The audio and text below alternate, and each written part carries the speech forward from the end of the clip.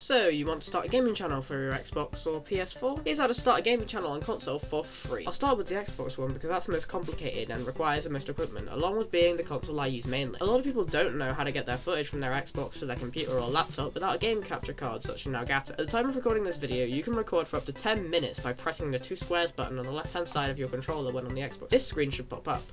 It says that you can record for up to 10 minutes. Obviously, you wouldn't just want to have 10 minutes, and so you'll have to start stringing these together.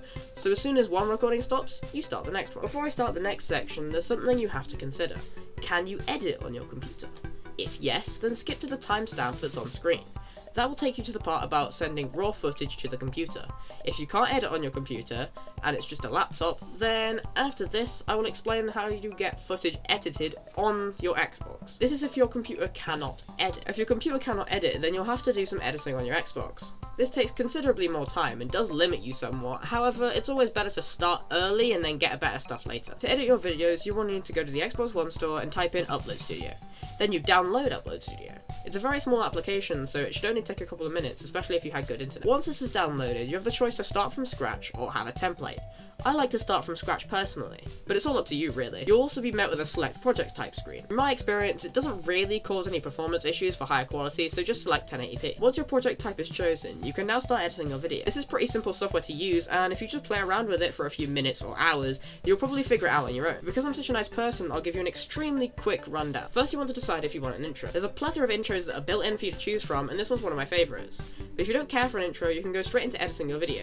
Unfortunately, Xbox has no live commentary feature on the clips, as you may have already found out, so it's impossible to do live commentaries without a capture card. However, even if you don't have a computer, Upload Studio has you covered for post-commentary videos.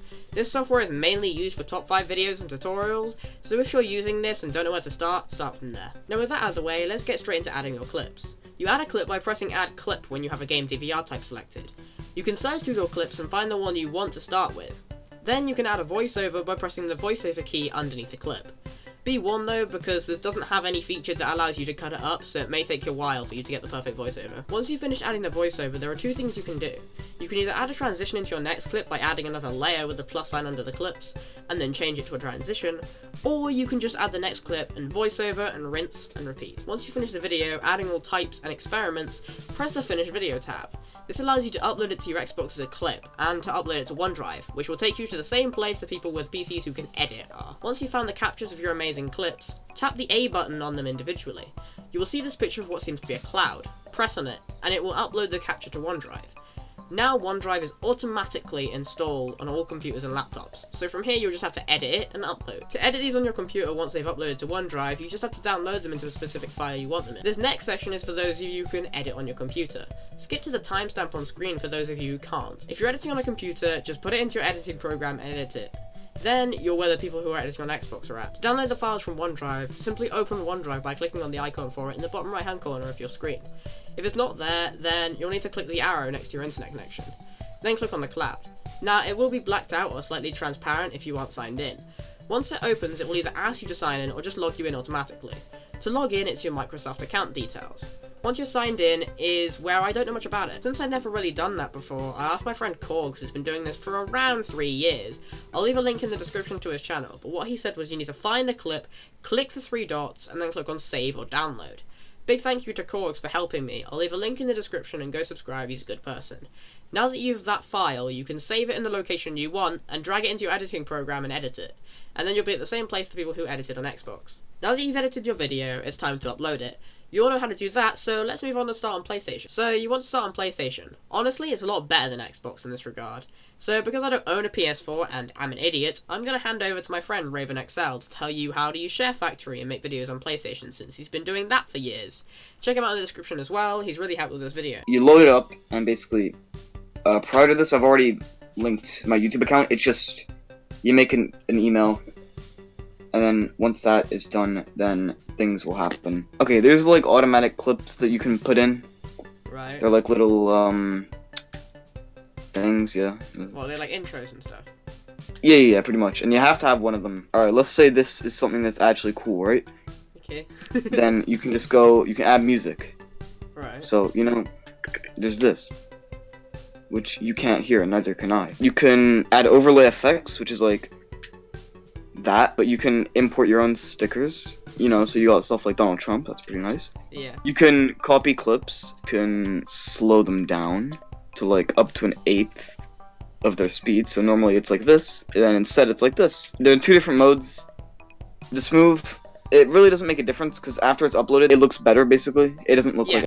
It's like most editing softwares. It looks better in the actual. But there are transitions you can add.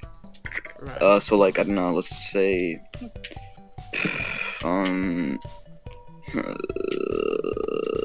this is something that I've used before. Sure, and then see it like fades to color. Right. And then you can take this, and you can edit it. You can replace it, and there's settings for it. So I can make it blue. If for whatever reason you want to do that, then now you have a blue transition. Splitting clips, basically you can choose a time. It's kind of limited, and then you can take that. So now these two clips are separated. I could, for example, just delete this one clip, and now that's gone. So the only way to get that is like actual editing softwares where you can just split it in half and just delete the other half of it if you don't want. There's also tracks you can add. So it's So it's exactly like other editing softwares. Yes, that's an audio track that you can add. One bad thing about this is you can actually add clips, right? And then that clip's audio appears, but that clip also has to be in the top right, or like some area, and you can change it.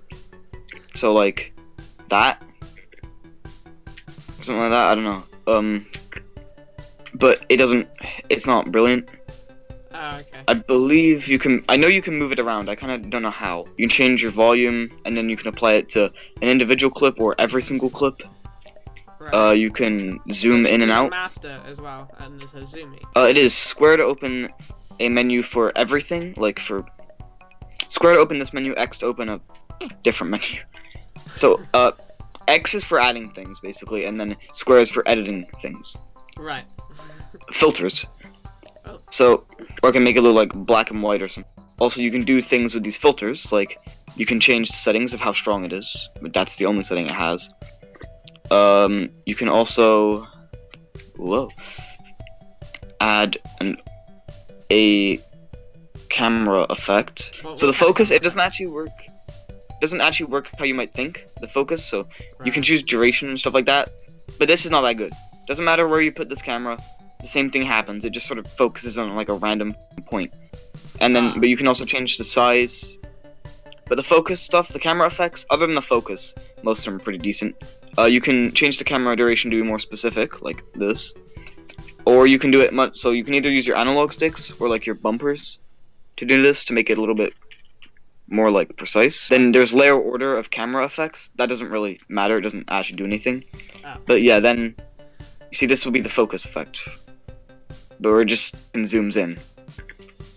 There are other effects though that are way better. Like there's the heartbeat effect. Right. And this like actually does what you think it would do. It's a little heartbeat. And then you can change like the intensity of it. So if I put it all the way up, then it's like I didn't hit X. Oof. If I put it all the way up, then it's like really big boy. Really big, yeah. Opacity, I don't know. As far as I know, it doesn't actually do anything to it. You can just you can sort of just delete the stuff. Opacity, doesn't that just turn down how transparent it is? Yeah, but with a camera effect, I'm not sure how that would even work.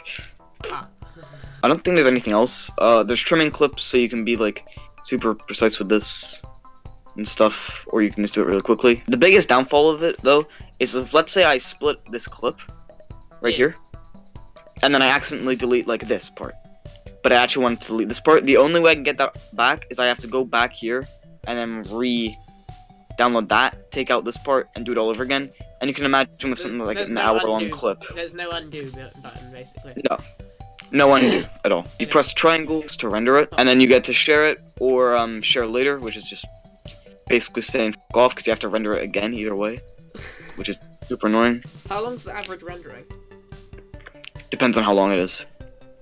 So like, I mean, you can see here, this is a 30, not even 30 seconds, and it takes probably about just under 30 seconds to render. Right. So say like your normal videos, the ones you make on your channel, how long does that take to render?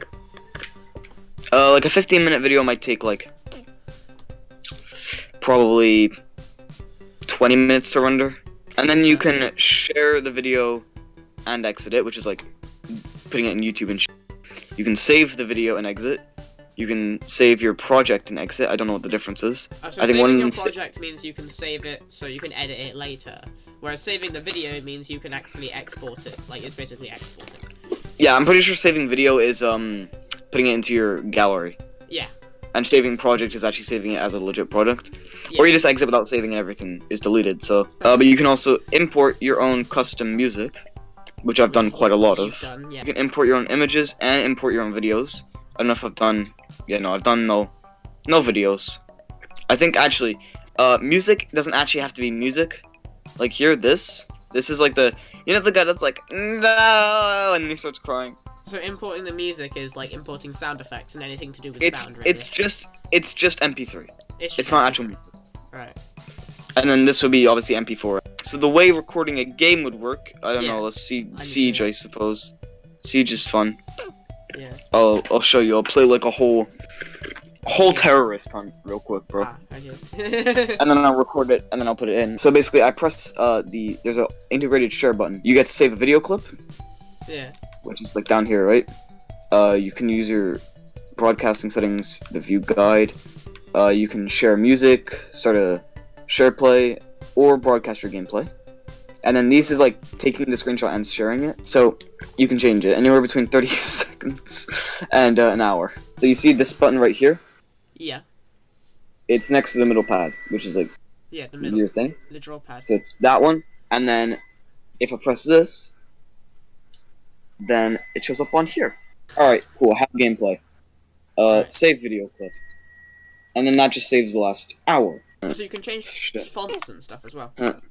Yes. There's a medium, big, and small version of every font. You see that that's actually above the text. What I have to do is press L1 or R1. There you go. And now I have a ha-ha funny meme. And then I would split the clip, take that, and then I can unzoom out for the rest of this. And one thing that is kind of annoying is that you can only zoom to a certain extent, right? Yeah. So let's say I really want to make something clear. Here's what I can do. I can take a screenshot. You know, this looks like a good, wall. Pretty nice wall. And then I can split the clip.